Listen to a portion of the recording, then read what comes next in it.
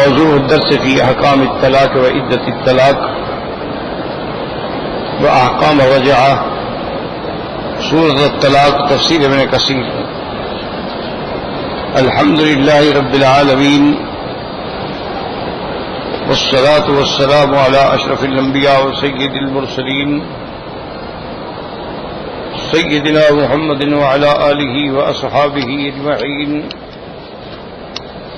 اللهم صل على سيدنا محمد وعلى آل سيدنا محمد كما صليت على إبراهيم وعلى آل إبراهيم في العالمين إنك حميد مجيد. أعوذ بالله من الشيطان الرجيم. بسم الله الرحمن الرحيم.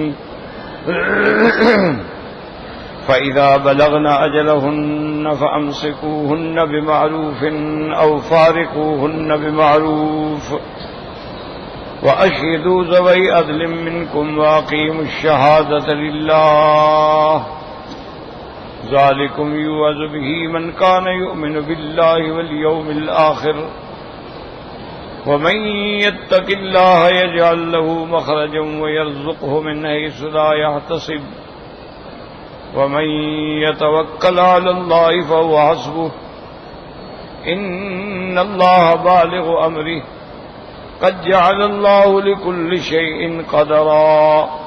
قال المؤلف والمفسر رحمه الله تعالى أدام النفع بعلومه وعلومكم في الدارين آمين إلى أن قال وقال السدي ومن يتق الله يطلق للسنة ويراجع للسنة.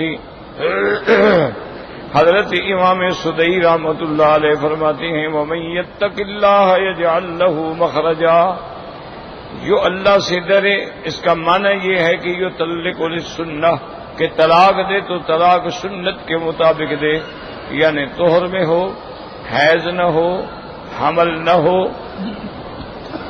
اور اس طہر میں آپس میں ملے نہ ہوں، اور طلاق بھی ایک دے. یہ طلاق سنہ ہے. تو طلاق سنت دیتا ہے اور رجوع بھی سنت کے مطابق کرتا ہے کہ اگر طلاق رجعی ہے تو گواہوں کو سامنے کر کے رجوع کر لے. تو اس کا معنی یہ ہے کہ یہ اللہ سے ڈر گیا. اس کے لیے اللہ تبارک و تعالی آگے راستے پیدا فرما دیں گے.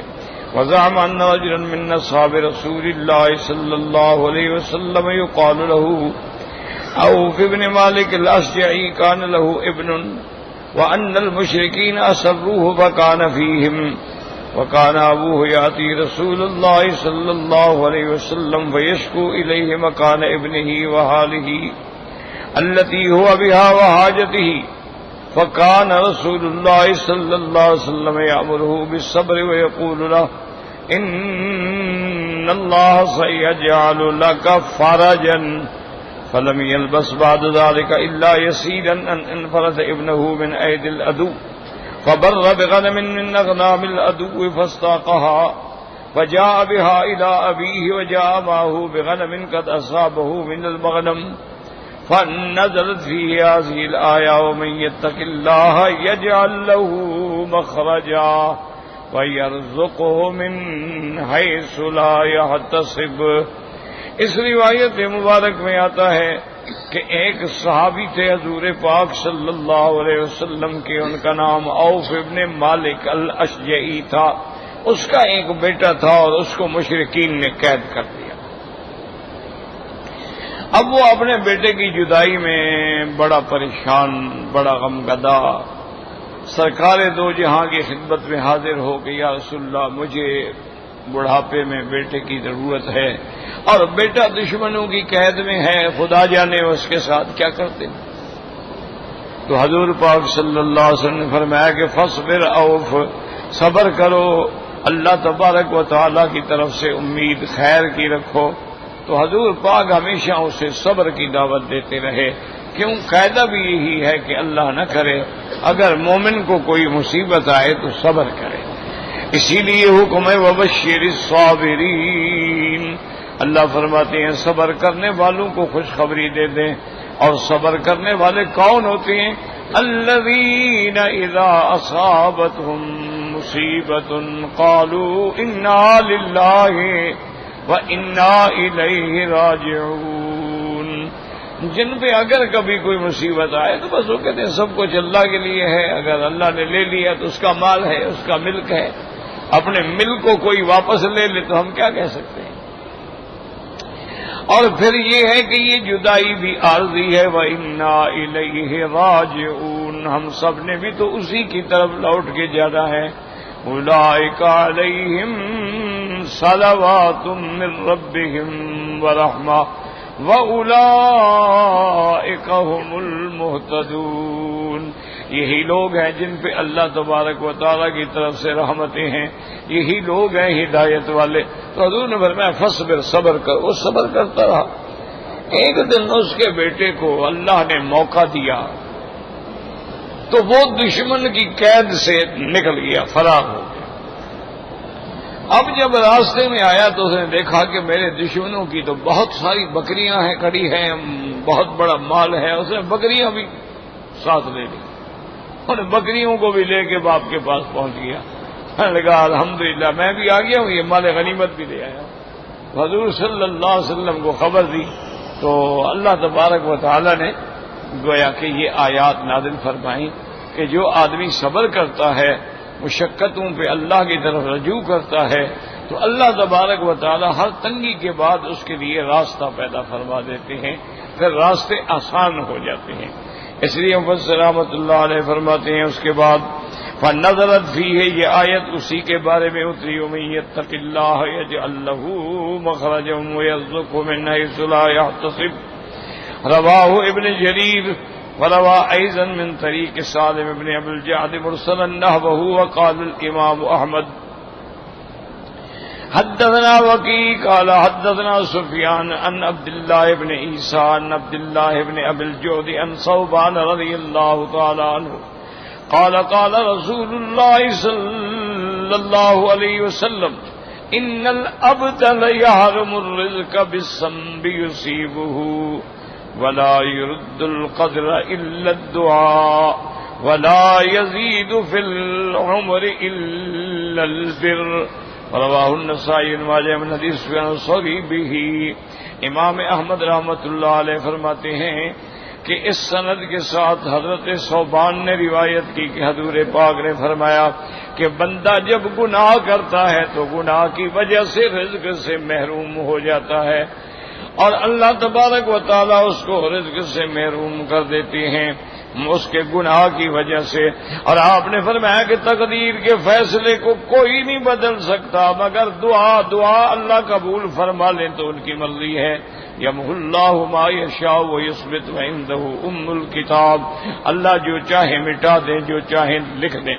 ولا یزید فی العمر الا البر، اور آدمی کی عمر جو ہے وہ نہیں بڑھ سکتی مگر نیکی کرنے سے، اعمال صالحہ کرنے سے، اپنے والدین کے ساتھ احسان کرنے سے اس کی عمر زیادہ ہو جاتی ہے۔ اب اس حدیث میں سمجھیں،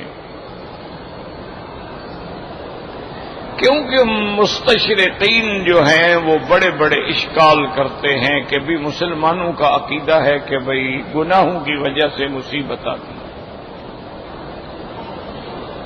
وہ کہتے ہیں دیکھ لیں کتنے دنیا میں کفار ہیں، مسلمانوں کے نزدیک تو کافر ہیں، مشرک ہیں، پھر شرابی ہیں، زانی ہیں، فاسق ہیں، فاجر ہیں، 24 گھنٹے ان کی زندگی گناہ میں گزرتی ہے اور ان پر تو کوئی مصیبت نہیں آئی۔ اچھا اسی طرح چلو کافروں کو بھی چھوڑ دو، بعض لوگ مسلمان ہیں، یعنی ظاہراً مسلمان ہیں، کلمہ پڑھتے ہیں تو مسلمان ہیں، لیکن 24 گھنٹے گناہ کے اندر، رشوت ہے، زنا ہے، عیاشی ہے، جھوٹ ہے، دھوکہ ہے، فریب ہے، کچھ بھی نہیں ہوتا ان کو۔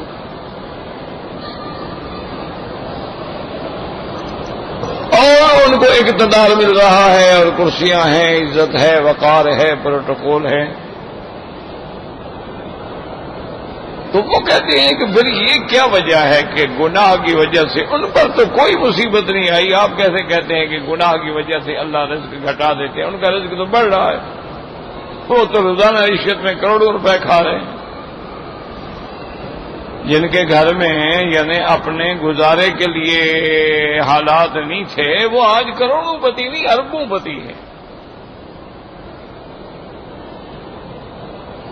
تو اس لیے ہمیشہ ایک بات کو یاد رکھیں کہ جہاں تک کافروں کا معاملہ ہے وہ تو معاملہ ہی الگ ہے کہ فلا یغررک تقلبہم فی البلاد۔ اللہ نے فرمایا میرا مدنی آپ کسی دھوکے میں نہ پڑیں کہ یہ کیوں کھا پی رہے ہیں، متاع قلیل، یہ چند روزہ زندگی ہے، مد اڑا لیں، ثم مأواہم جہنم، پھر انہوں نے ہمیشہ جہنم میں رہنا۔ تو کافروں کا تو معاملہ ہی الگ ہے کہ ان کے لیے تو یہ دنیا ہی ہے نا، آخرت تو ہے ہی نہیں۔ ما لہ فی الآخرۃ من خلاق۔ اب دیکھیں کہ گناہگار مسلمان ہے لیکن رزق ہے، پیسہ ہے، تو اس کو کہتے ہیں استدراج، کہ کبھی اللہ تبارک و تعالیٰ اپنے بندے کو یعنی ڈھیل دیتے ہیں، اور گناہ کے اور گناہ کیا اور گناہ، اور جب پکڑتے ہیں تو پھر ان بطش ربک لشدید۔ تو اگر گناہ کرنے کے بعد تمہیں دولت مل رہی ہے تو سمجھو یہ اللہ کی طرف سے استدراج ہے۔ جیسے شیطان ہے، دیکھو وہ اللہ کے اپوزیشن میں ہے، یعنی دشمن ہے، لیکن کتنا طاقت ہے اس کے پاس، پانی پہ تخت بچھا کے بیٹھا ہوا ہے، ایک سیکنڈ میں ایک ملک سے دوسرے ملک میں پہنچ جاتا ہے، دلوں میں وسوسے ڈال دیتا ہے، بڑی سی بڑی شکلیں بنا لیتا ہے، جس کو چاہے گمراہیوں میں ڈال دیتا ہے۔ تو اس کے پاس کتنی طاقت رہے کہ نہ موت آ رہی ہے، نہ اس کو کبھی بیماری، کبھی پولیس کو سر درد ہوا ہے۔ تو یہ کوئی دلیل نہیں ہوتی۔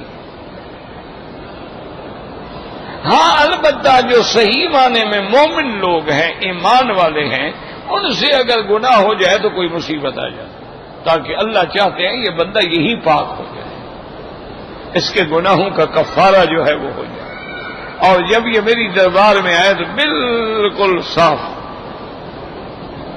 تو اس لیے ہمیشہ یاد رکھیں کہ اللہ کا قرآن بھی حق ہے اور فرمان محمد مصطفیٰ بھی حق ہے کہ جب ہم گناہ کرتے ہیں تو مصیبت آتی ہے اور بندہ رزق سے محروم ہو جاتا ہے، اور جب ہم نیکی کرتے ہیں، اطاعت کرتے ہیں، اللہ کی رحمت آتی ہے، اللہ کی طرف سے تسکین آتی ہے، سکون قلب نصیب ہوتا ہے۔ ایک بات تو یہ سمجھ۔ دوسری بات یہ آ گئی کہ بھی تقدیر کو دعا ٹال سکتی ہے۔ لا يرد القضاء الا بالدعاء، لا يرد القدر الا بالدعاء، کہ تقدیر کو کوئی چیز نہیں روک سکتی مگر دعا۔ جیسے اقبال نے کہا تھا نا کہ نگاہ مرد مومن سے بدل جاتی ہیں تقدیریں۔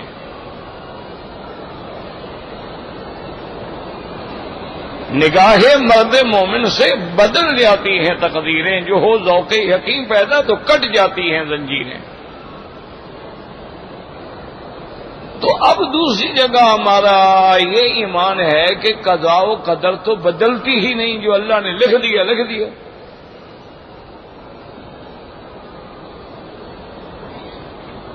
حضور نے فرمایا رفعت الصحف، وہ صحائف جو ہیں اٹھا دیے گئے، جفت الاقلام، قلم خشک ہو گئی۔ ما یبدل القول لدی، اللہ نے فرمایا کہ میں جو فیصلہ کر دیتا ہوں وہ بدلتا نہیں ہے۔ تو پھر کیا معنی ہوا کہ دعا کے ساتھ تقدیر جو ہے اس کو بھی روکا جا سکتا ہے؟ تو اس کی ایک آسان مثال سمجھ لیں تو انشاءاللہ مسئلہ سمجھ آ جائے۔ اب معراج والی رات جو ہے حضور پاک پر اور امت پہ 50 نمازیں فرض ہوئیں، ٹھیک ہے۔ موسیٰ علیہ السلام نے مشورہ دیا، سرکار دو جہاں پھر اللہ کے دربار میں تشریف لے گئے، 5 معاف ہو گئی، پھر 5 معاف ہو گئی، پھر 5 معاف ہو گئی، پھر 5، باقی 5 رہ گئی۔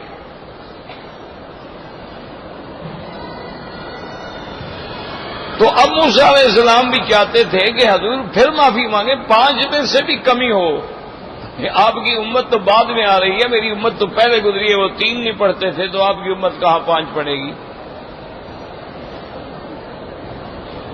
لیکن اللہ نے فرما دیا کہ میرے نبی ما یبدل القول لدی، ہمارے فیصلے کبھی نہیں بدلتے.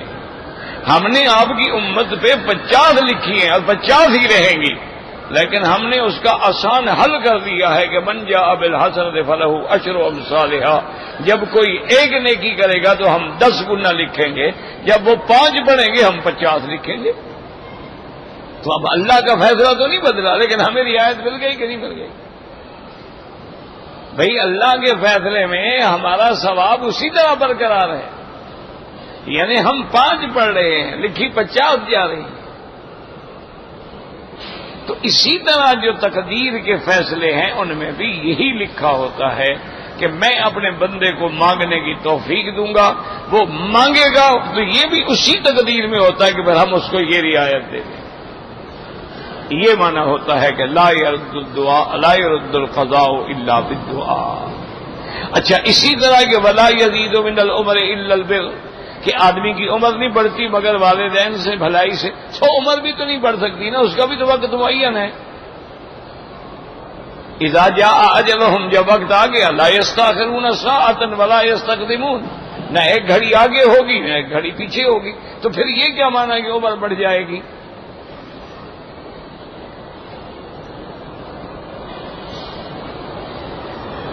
اور حدیث میں آ گیا کہ جو چاہتا ہے کہ میرا رزق بھی بڑھ جائے، میری عمر بھی بڑھ جائے، تو اپنے والدین کی اطاعت کرے، خدمت کرے اور صلہ رحمی کرے. فلیصل رحمہ.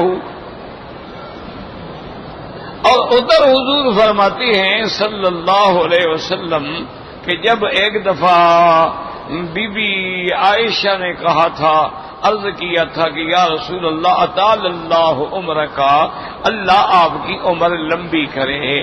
تو آپ نے فرمایا کہ ضیعت اوقات کی یا عائشہ، تم نے وقت ضائع کیا ہے، اب لمبی نہیں ہو سکتی عمر، جو عمر ہے وہی رہے گی.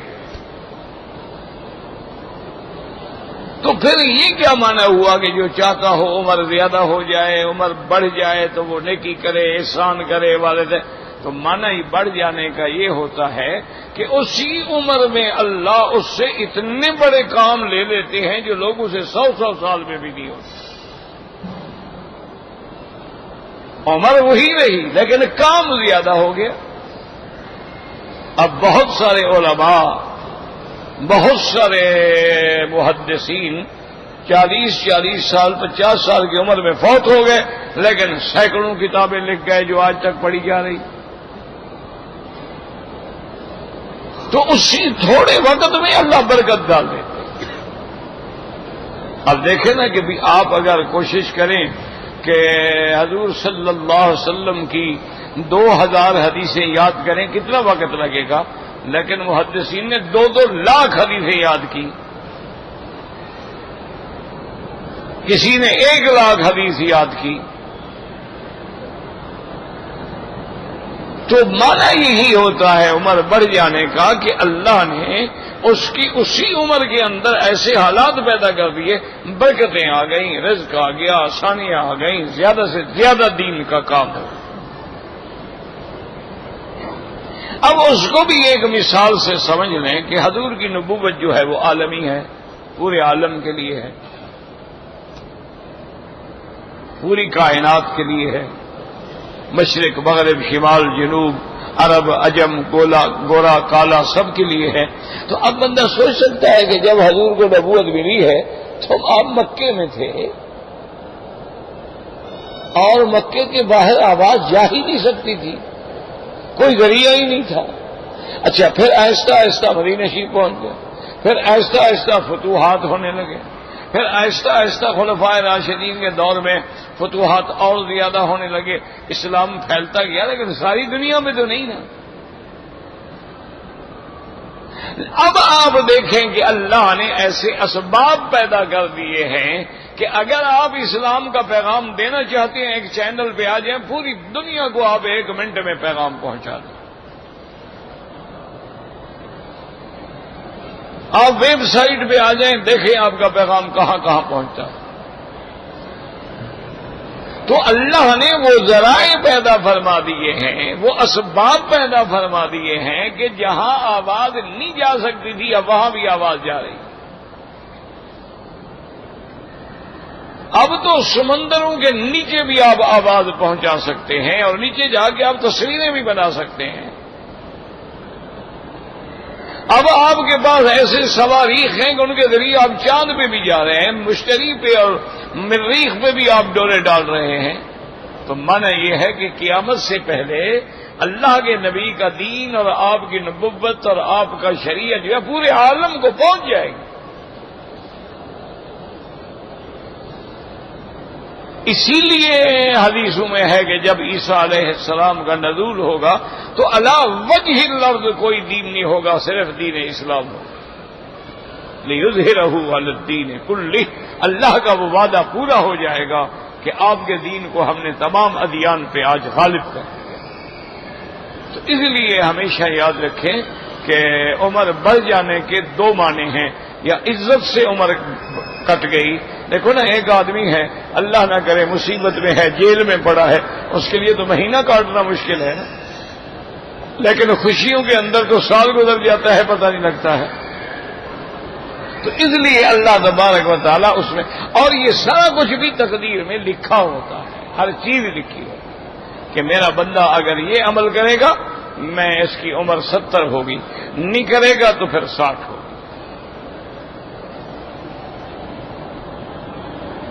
ورواه النسائی وابن ماجہ من حدیث سفیان الثوری رحمہ اللہ تعالی وقال محمد بن سعد جاء مالک الاشجعی الى رسول اللہ صلی اللہ علیہ وسلم فقال له اسر ابنی او فقال له ثم ارسل الیہ ان رسول اللہ صلی اللہ علیہ وسلم یأمرک ان تکثر من قول لا حول ولا قوة الا باللہ وكانوا كشدوه بالقد فسقط القد عنه فخرج فإذا هو بناقة لهم فركبها وأقبل فإذا بسره القوم الذين كانوا كشدوه وصاحبهم فأتبع أولا آخرا فرمي فجاء أبويه إلا وهو ينادي بالباب فقال أبوه أوف رب الكعبة فقالت أمه وصوتاه وأوف كيف يقدم لما هو فيه من القد فاستبق الباب والخادم فإذا أوف قد ملأ الفناء إبلا فقص على أبيه أمره وأمر الإبل فقال أبوه قفا حتى آتي رسول الله صلى الله عليه وسلم فأسأله عنها فأتى رسول الله فأخبره بخبر أوف وخبر الإبل فقال له اسمع بها ما أحببت ما كنت صانيا بمالك ونزل ومن يتق الله يجعل له مخرجا ويرزقه من حيث لا يحتسب. اس روایت میں محمد ابن اسحاق رحمۃ اللہ علیہ نے فرمایا کہ مالک الاشجعی حضور کے خدمت میں آئے. انہوں نے کہا میرے مدنی, میرے آقا رحمت دو جہاں, میرا بیٹا اوف جو ہے دشمن کی قید کے اندر ہے اور دشمنوں نے اس کو قید کر رکھا ہے. حضور نے فرمایا کہ اپنے بیٹے کو کسی طرح پیغام پہنچاؤ کہ ان یکسر لا حول ولا قوت الا باللہ, کہ وہ اسی کلمے کی کثرت کرے. اللہ اکبر. مسلمانوں یاد رکھو جو کچھ حضور نے فرمایا ہے نا وہ حق ہے, بس شرط یہ ہے کہ یقین ہو. یقین نہ ہو تو پھر کوئی بھی فائدہ نہیں. اسی لیے علماء نے لکھا ہے کہ ارتکاز توجہ جو ہے نا یہ بڑا ضروری ہے. دیکھا نہیں اللہ والے کہتے ہیں ابھی دل پہ توجہ کرو اور دل پہ نظر رکھو اور دل پہ ضرب لگاؤ اور تم اس طرح سانس کھینچو, اس طرح کلمہ پڑھو, اس طرح ذکر کرو, اس طرح بیٹھو, تمہارے ہاتھ ایسے ہوں, بیٹھنا ایسے ہو. کیا مطلب ہوتا ہے ان کا کہ وہ ارتکاز جو ہے نا وہ کسی طرح حاصل ہو.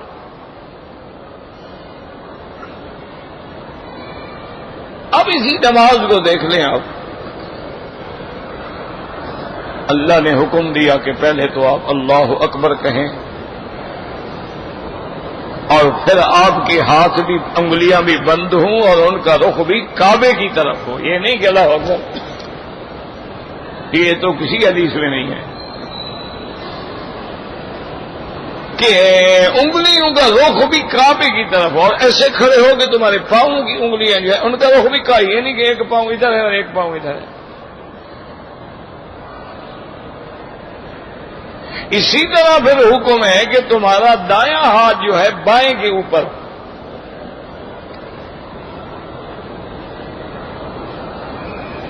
اور اسی طرح پھر حکم ہے کہ جب رکوع میں جاؤ تو انگلیاں کھلی ہوئی ہوں تاکہ گھٹنوں کو اچھی طرح پکڑ لو اور بالکل اپنی کمر کو سیدھا کرو. پھر حکم ہے کہ سیدھے کھڑے ہو جاؤ اور کہو ربنا لک الحمد حمدا کثیرا طیبا مبارکا کما یحب ربنا ویرضى. یہ کیا ہے آخر؟ سجدے میں جاؤ تو تمہارے دونوں ہاتھ جو ہیں وہ قبلے کی طرف ہو، انگلیاں بھی قبلے کی طرف، یہ نہیں کہ ایک ہاتھ یوں ہو اور ایک یوں ہو، ان کے درمیان میں تمہارا سر ہو. اور پھر تم پوری توجہ سے پڑھو سبحان ربی الاعلی. یہ سارا کیا ہے؟ ویسے ہی اللہ پاک فرماتے تھے بھی کھڑے ہو جاؤ اور 4 سورتیں پڑھ کے چلے جاؤ. یہ اللہ فرماتے تھے چلو کھڑے رہو، جب تھک جاؤ سجدے میں گر جاؤ. یہ ساری کیفیت جو ہے کہ قیام بھی ہو، رکوع بھی ہو، پھر قیام بھی ہو، پھر سجود بھی ہو، پھر قعدہ بھی ہو، پھر تشہد بھی ہو، پھر سلام بھی ہو، اور شرط بھی بتا دی کہ تحریمھا التکبیر و تحلیلھا التسلیم. جب اللہ اکبر کہہ دیا تو اب سارے کام شام بند ہو گئے، حرام ہو گئے، اب حرکت مت کرو. اور ساتھ یہ بھی فرما دیا کہ نظر سجدے والی جگہ پہ رکھو. اچھا جی جگہ کیوں؟ کہا کأنک ان تعبد اللہ، کا گویا کہ تم خدا کو دیکھ رہے ہو. یعنی کیسی توجہ کامل کرو کہ اللہ کو دیکھ رہے ہو. اچھا اگر تم اس مقام پہ نہیں پہنچے ہو تو فإنہ یراک، کم از کم اللہ تو تمہیں دیکھ رہے ہیں نا. جب تم حاکم کے دربار میں کھڑے ہوتے ہو کیسے دیکھا نہیں پولیس والوں کو؟ اگر کسی افسر کے پاس جا رہے ہوں تو کیسے وردی کے بٹن ٹھیک کرتے ہیں، کالر ٹھیک کرتے ہیں، ٹوپی ٹھیک کرتے ہیں. پھر قد آدم شیشے کے سامنے کھڑے ہوتے ہیں کہ میری وردی میں کوئی کریز تو نہیں ٹوٹی ہوئی، میرا بوٹ جو ہے چمک ہے، پالش ہے، ٹھیک ہے نہیں ہے، تسمے تو ٹھیک بندے ہوئے ہیں. اتنا تو خدا کے دربار میں جب آؤ تو بس تمہیں کھرک شروع ہو جاتی ہے، کبھی یوں کر رہے ہو اور کبھی یوں کر رہے ہو اور کبھی یوں کر رہے ہو. یہ کیا ہے؟ یہ کون سی نماز ہے؟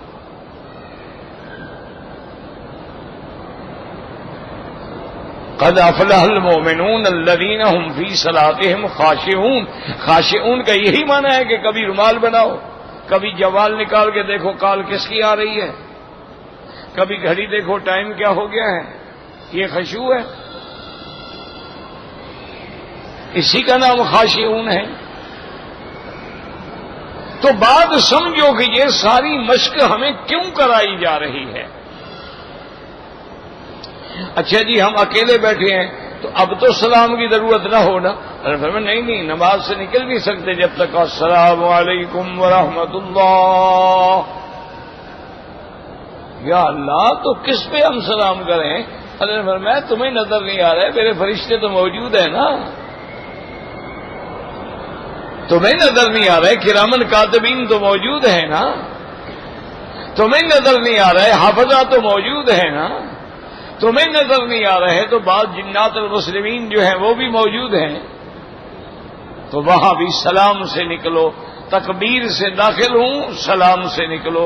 اور پھر سارے آداب سکھائے کہ جب اتحیات میں بیٹھو تو تمہارے یہ ہاتھ یوں لٹکے ہوئے نہ ہوں، اوپر رکھے ہوں. یہ بات لوگ ہیں نا اتحیات میں نہیں ہوں، یہ ناجائز ہے، خلاف سنت ہے. ہاتھ اوپر رکھے. یہ کیفیات کیوں سکھائی جا رہی ہے؟ مجھے خدا کے لیے غور. اور یہی تم الزام دیتے ہو نا صوفی صوفی صوفی، وہ یہی کیفیات تو پیدا کرتے ہیں. فرق صرف اتنا ہے کہ اگر وہ صوفی قرآن و سنت کے خلاف چلتا ہے پھر وہ صوفی نہیں ہے، وہ گمراہ ہے. صوفی کا معنی ہی یہ ہوتا ہے کہ جس کے ایک ہاتھ میں اللہ کا قرآن ہو اور دوسرے میں فرمان محمد مصطفیٰ. صوفی کا معنی ہی یہ ہے کہ صفائے قلب ہو. صوفی کا معنی یہ نہیں ہے کہ گرم کپڑے صوف پہننے والا ہو. صوفی کا معنی یہ ہے کہ جس کے دل میں شرک اور گناہوں سے بالکل پاکی ہو چکی ہو، دل منور ہو، دل روشن ہو، انشراح صدر ہو چکا ہو، جس کو بصر کے ساتھ بصیرت بھی حاصل ہو اور جو اللہ کے نور سے دیکھتا ہو.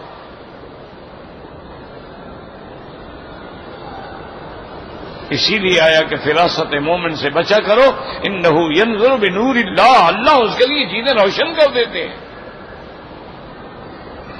تو وہ بھی اللہ کے بندے ہمیں یہی پریکٹس کرواتے ہیں کہ بھئی تیری ارتکاز جو ہے، توجہ جو ہے وہ کامل ہو جائے اللہ کی طرف.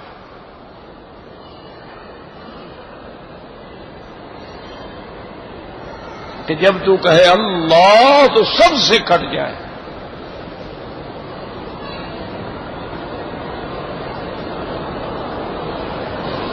اپنی ہستی کو مٹا دے. یہ تو پھر اصطلاحات ہوتی ہیں نا کہ جی فنا باللہ ہو گیا، فنا ایسا، یہ سمجھانے کی باتیں ہیں. تو اس لیے حکم ہے ارتکاز، تمہاری توجہ کامل ہو. یار ایک چھوٹی سی بات ہے، ایک پیالی چائے بنا رہے ہو نا، تو اگر وہ اچھی طرح توجہ نہ ہو تو آدھی چائے باہر گرے گی، آدھی پیالی میں گرے گی. تو جب توجہ کے بغیر ایک چائے کی پیالی نہیں بن سکتی، توجہ کے بغیر عورت ایک روٹی نہیں لگا سکتی، تنور میں روٹی نہیں لگا، ورنہ ہاتھ جل جائے گا یا دوپٹہ اندر جا پڑے گا.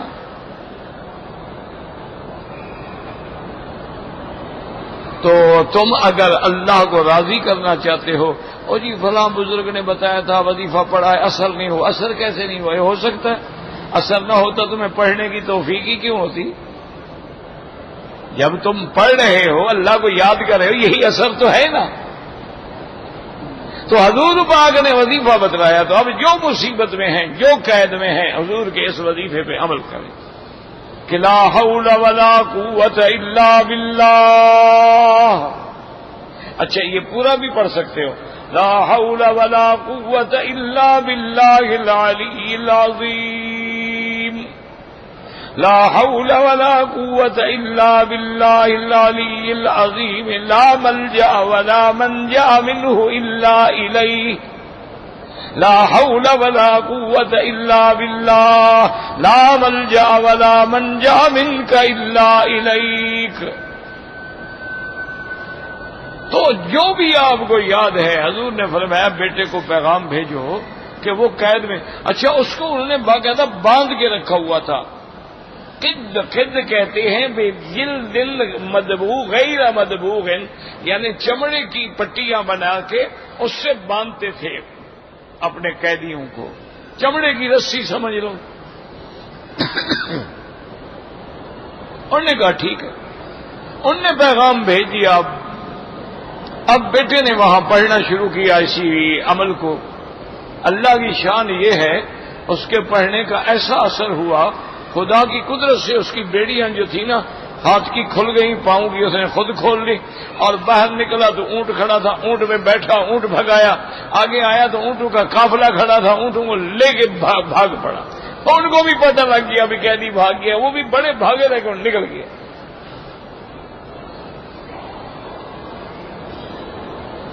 اپنے گھر کے دروازے پہ پہنچا تو آواز دی، تو باپ نے آواز پہنچائی، اس نے کہا واللہ اوف، خدا کی قسم میرے بیٹے اوف کی آواز ہے. اس کی ماں نے کہا آواز سوا تھا، کیا کہہ رہے ہو؟ وہ مشرکین نے اس کو باندھ کے رکھا ہوا ہے، ہاتھوں پاؤں میں اس کے باقاعدہ رسیاں بندھی ہوئی ہیں. اوف کیسے آ گیا؟ اس نے کہا نہیں، اتنی دیر ہوئی، دروازہ کھٹکا، خادم نے بھی آواز دی کہ اوف دروازے پہ کھڑا ہے. تو باپ جب آیا ماشاءاللہ دیکھا تو سارا میدان گھر کا جو ہے تو اونٹوں سے بھرا ہوا ہے، بیٹا اتنا مال لے کے آیا ہوا ہے. اور نے کہا اچھا بیٹا الحمدللہ تم آ گئے، لیکن ٹھہرو حتی آتی رسول اللہ، پہلے میں حضور سے پوچھ لوں کہ یہ اونٹ ہمارے لیے حلال بھی ہے. یہ ہے نا ایمان.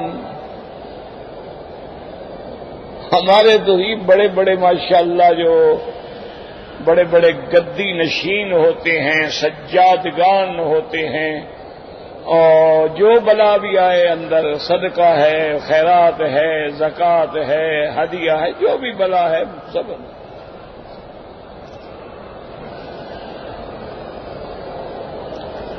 کسی دور میں گورنمنٹ نے پابندی لگا دی کہ یہ چندے جو آتے ہیں نا مزاروں پر، یہ ان گدی نشینوں کو نہ دیے جائیں، بلکہ وہاں صندوق رکھوا دیے جاتے تھے کہ بھئی اس صندوق میں ڈالیں اور وہ پیسے جو ہیں نا وہ اسی وقف پہ خرچ کیے جائیں گے۔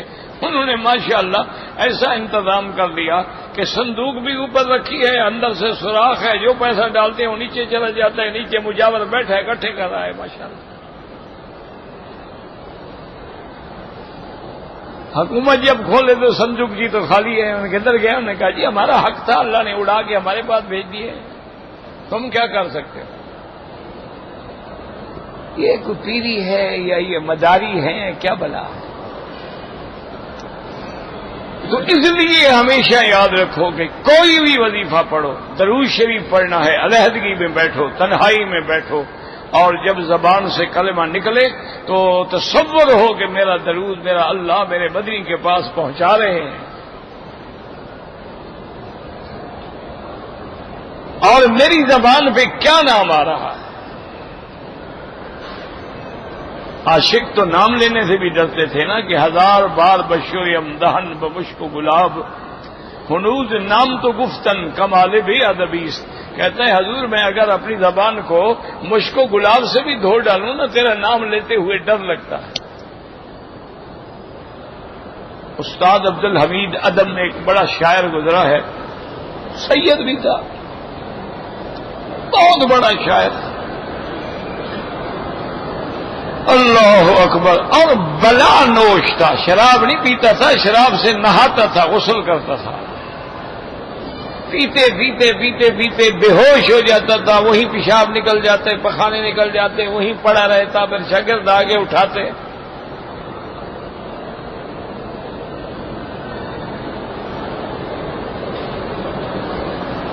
وہ اسی لیے تھے قاسمی تھے، میرے خیال میں اب ان کے بڑے بھائی تو فوت ہو گئے، چھوٹے بھائی ہیں، تو انہوں نے پنجابی میں شعر لکھا تھا کہ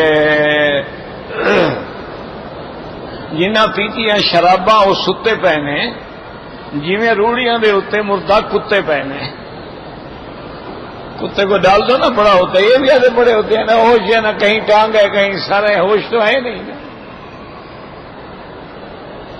اللہ اکبر، اللہ تبارک و تعالی رحمت فرمائے، اللہ پاک ہمیں اور آپ کو اور ہر مسلمان کو گناہوں سے بھی بچائے اور ان عذابوں سے بھی بچائے، مقدرات سے بھی بچائے، ان بلاؤں سے بھی بچائے۔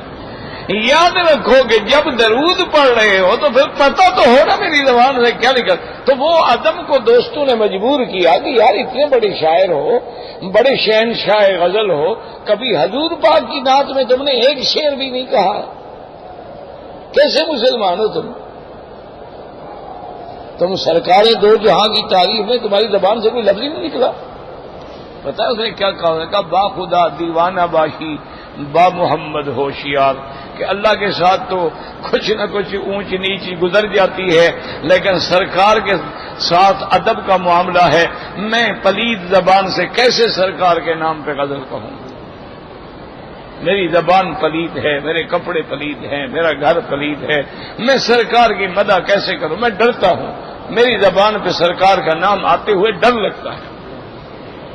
اللہ تو غفور رحیم ہے نا، وہ تو کافروں کو بھی چاہے تو ہدایت دے دے، وہ تو چاہے تو جہنم سے بھی نکال کے جنت بھیج دے، وہ تو قادر ہے، لیکن حضور کا مقام جو ہے وہاں تو حکم ہے کہ آواز بھی اونچی نہ ہو، وہاں تو یہ حکم ہے۔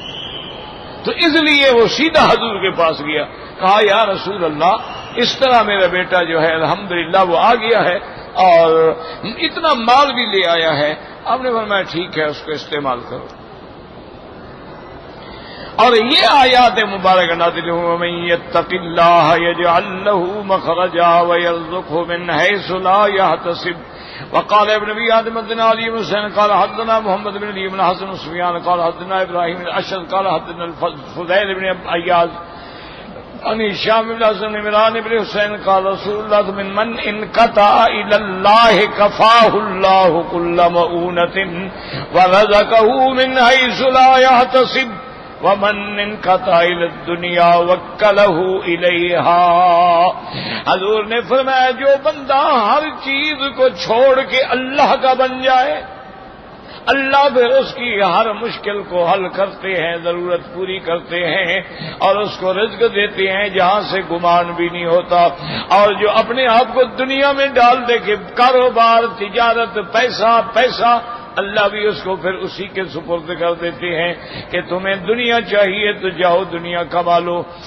وقوله تعالی ومن يتوکل علی اللہ وحسبہ. قال امام احمد حدثنا یونس قال حدثنا لیث قال حدثنا قیس بن حجاج حنش الصنعانی عن عبد الله انه حدثه انه ركب خلف رسول اللہ صلی اللہ علیہ وسلم.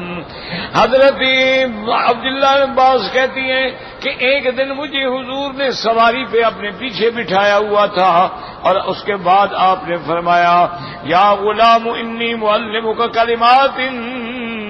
آپ نے فرمایا اے لڑکے میں تمہیں کچھ بتانا سکھانا چاہتا ہوں. احفظ اللہ یحفظ کا، تم اللہ تبارک و تعالیٰ کو یاد رکھو، تم اللہ کے حکم پہ چلو، اللہ تیری حفاظت کریں گے. احفظ اللہ تجدہ تجاہک، ہر وقت اللہ کو یاد کرو تو ہمیشہ اللہ کو اپنے ساتھ پاؤ گے. وَإِذَا سَأَلْتَ فَاسْأَلِ اللَّهَ، اور جب مانگو تو اللہ سے مانگو. وَإِذَا اسْتَعَنْتَ فَاسْتَعِنْ بِاللَّهِ، جب مدد پکڑو تو اللہ سے مدد پکڑو. وَاعْلَمْ أَنَّ الْأُمَّةَ لَوْ اجتمعوا على أن ينفعوك لم ينفعوك إلا بشيء قد كتبه الله لك. اور جان لو کہ اگر ساری دنیا کٹھی ہو جائے تمہیں نفع پہنچانا چاہے لیکن وہی ملے گا جو اللہ نے تیرے لیے لکھا ہے. اور فرمایا وَلَوْ اجْتَمَعُوا عَلَىٰ أَن يَضُرُّوكَ لَمْ يَضُرُّوكَ إِلَّا بِشَيْءٍ قَدْ كَتَبَهُ اللَّهُ عَلَيْكَ. اور اگر ساری دنیا مل کے تمہیں نقصان دینا چاہے تو نقصان نہیں دے سکتی مگر وہ جو اللہ نے لکھا ہے. رفعت الاقلام وجفت الصحف، اب قلم بھی اٹھا دیے گئے، صحیفے بھی خشک کر دیے گئے، کوئی تبدیلی نہیں ہوگی. وقد رواه الترمذی من حدیث الليث بن سعد وابن لهيعة به وقال حسن صحیح. وقال الامام احمد حدثنا وكيع قال حدثنا بشير بن سلمان يسار سيار بالحكم عن طارق بن شهاب عن عبد الله بن مسعود رضي الله تعالى عنه قال قال رسول الله صلى الله عليه وسلم من نزل به حاجة فأنزل بالناس كان كمنا لا تصل حاجته وانزها بالله أتاه الله برزق عاجل أو بموت آجل. حضرت عبداللہ ابن مسعود رضی اللہ تعالیٰ عنہ سے روایت ہے کہ حضور پاک نے فرمایا جس بندے کو کوئی مشکل کوئی ضرورت پیش آئے وہ لوگوں سے مانگے تو پھر اللہ تبارک و تعالیٰ اس کی حاجت کو آسان نہیں کرتے ہیں. اور جو اللہ کے دروازے پہ آ جائے اللہ اس کو فوراً رزق عطا فرماتے ہیں یا پھر وقت ہو تو بہت عطا فرما دیتے ہیں. ثم رواه عن عبد الرزاق عن سفيان بشير سيابي حمزة ثم قال وهو الصواب وسيار بالحكم لم يحدث عن طارق. وقوله تعالى إن الله بالغ أمره أي منفذ قضاياه وأحكامه بقدر ما يريد ويشاء. اللہ اپنے حکم کو پورا کرنے والے ہیں، مخلوق کے اندر جو اللہ نے حکم فرمایا ہے وہ پورا فرمائیں گے. وقد جعل الله لكل شيء قدرا، ہر چیز کے لیے اللہ نے ایک انداز معین فرما دیا ہے. كقوله تعالى وكل شيء عنده بمقدار. والله اعلم.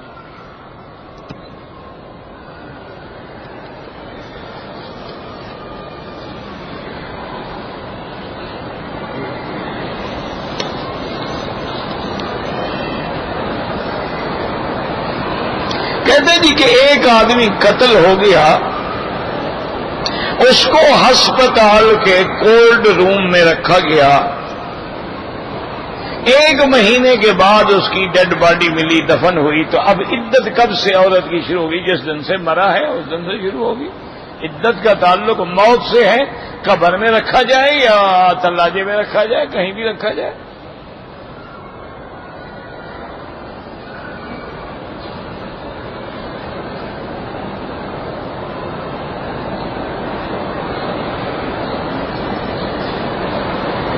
کہتے جی کہ میرے بھائی کی موت ہو گئی ہے، جمعرات کو اس کا جنازہ ہوگا، میں مکے میں رہوں یا جبیل جا کے بھائی کے جنازے میں شرکت کروں؟ بالکل وہاں جائیں، بھائی کے جنازے میں جائیں، صلہ رحمی اسی کا نام ہے. آپ جائیں اس کی جنازے میں شریک ہوں, اس کے لیے دعائیں مغفرت کریں. مکے میں تو آپ پھر بھی آ جائیں گے.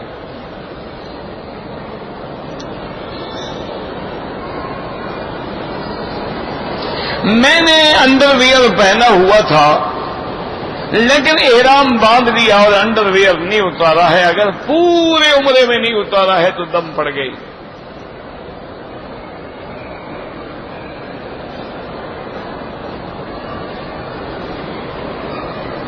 اگر ایک آدمی شوگر کا مریض ہے, پیشاب کا تقاضا ہوا, حمام میں گیا, اس نے احرام اتار دیا تو کیا ہو گیا؟ احرام میں کوئی عمرہ بندھا ہوا ہے, اتارا تو بھاگ گیا عمرہ. کیا بے وقوفی ہے لوگوں کے دماغ میں. بھئی احرام جو ہے تم نے اس چادروں میں باندھا ہوا ہے, آدھا اوپر والی چادر میں, آدھا نیچے والی چادر میں. کیا کھول دیا کیا ہو گیا؟ آدمی احرام میں غسل بھی کر سکتا ہے کھول کے, استنجا بھی کر سکتا ہے. حضور پاک نے مینا میں غسل فرمایا, عرفات میں غسل فرمایا.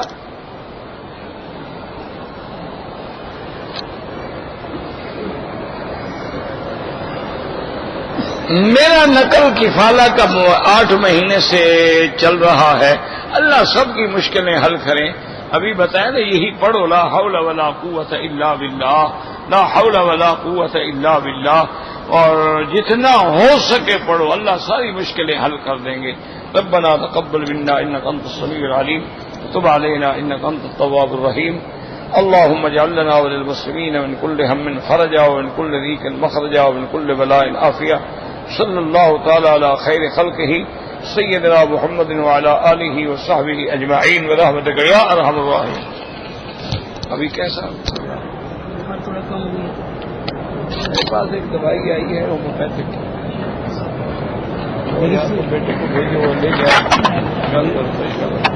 میرے سے لکھنے میں غلطی ہوئی, وہ میں نے احرام اتار دیا تو کپڑے بدل لیے, میں بھول چکا تھا. کتنی دیر کپڑے بدلے رہے ہیں؟ مطلب وہ فوراً اس کے بعد میں یاد آ گیا کہ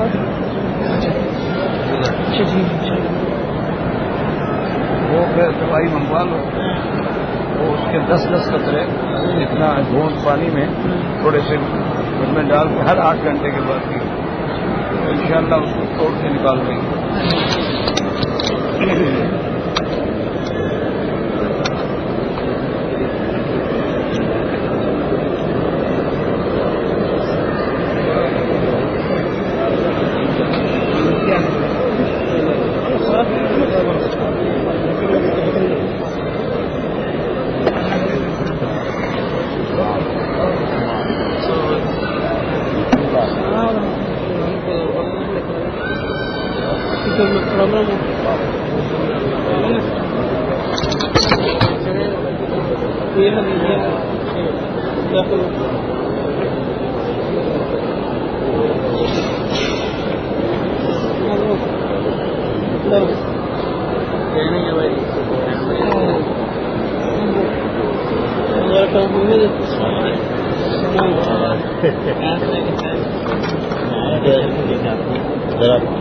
دم کرانا تھا